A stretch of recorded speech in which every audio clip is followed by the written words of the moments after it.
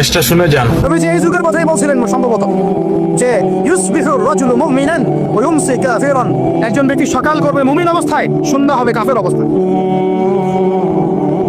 আস্তাগফিরুল্লাহ। ওয়া ইউমসি মুমিনান ওয়া ইউসবিহু কাফিরান, সন্ধ্যা করবে মুমিন অবস্থায়, সকাল হতে হতে কাফের হয়ে। ইয়াবিউ রাজুলু দীনাহু লিআরাদি দুনিয়া, দুনিয়ার সামান্য স্বার্থে মানুষ তার দিনকে বিক্রি করে দিবে। বাংলার গ্রামে গ্রামে এখন এই যে খ্রিস্টান মিশনারিদের তৎপরতা দেখা যাচ্ছে। মানুষকে, মুসলমানদেরকে খ্রিস্টান বানানো হচ্ছে টাকার প্রলোভন দিয়ে, চিকিৎসা সেবার প্রলোভন দিয়ে। আপনারা কি দেখেও না দেখার ভান করছেন, শুনেও না শোনার ভান করছেন? যাদের প্রত্যক্ষ মদত এগুলো হচ্ছে, আল্লাহ পাকের কাছে জবাব দেওয়ার জন্য প্রস্তুত হয়ে যান আপনারা। দুনিয়াতে হয়তো কিছু হবে না, কেউ কিছু করতে পারবে না, কিন্তু কাল কিয়ামতে কে ছাড়ে আপনাকে তাই দেখে নেবো আমরা।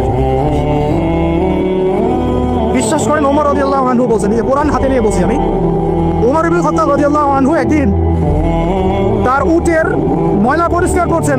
যখন তিনি অর্ধেক বিশ্বের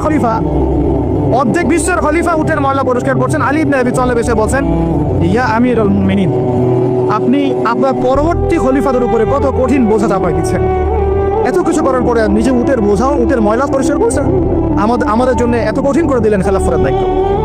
তখন ওমর ইবনে খাত্তাব বলছেন, এই কথাটা শোন, তিনি বলছেন যে আমাকে উচ্চ প্রশংসায় ভাসিও না, ইয়া আবুল হাসান। আবুল হাসান হচ্ছে আলী রাদিয়াল্লাহু আনহুর নাম। হে আলী, আমাকে উচ্চ প্রশংসায় ভাসিও না।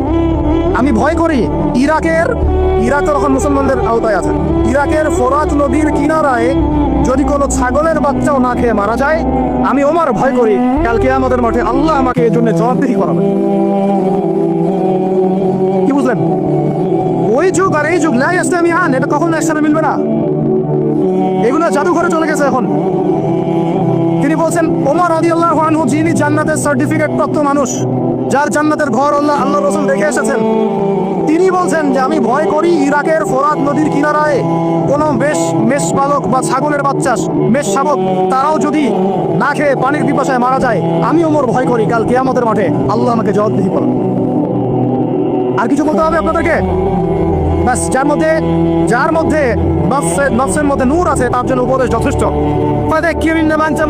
তুমি উপদেশ দাও, তুমি শুধু উপদেশ দাতা, লাস্তা আলাইহিম বিমুসাইতির, তুমি কারো প্রতি ধারণা নাও। ফাযাক্কিরিন নাফাআতিয যিকরা, যদি উপদেশ কাজে আসে উপদেশ দিয়ে যাও। সায়াযাক্কারু মান ইয়াখশা, যে আল্লাহকে ভয় করে সে ইনশাআল্লাহ অতি শীঘ্রই লাইনে চলে আসবে, আল্লাহকে ভয় করবে। বাস, আমাদের কাজ এতটুকুই, এর বেশি আমাদের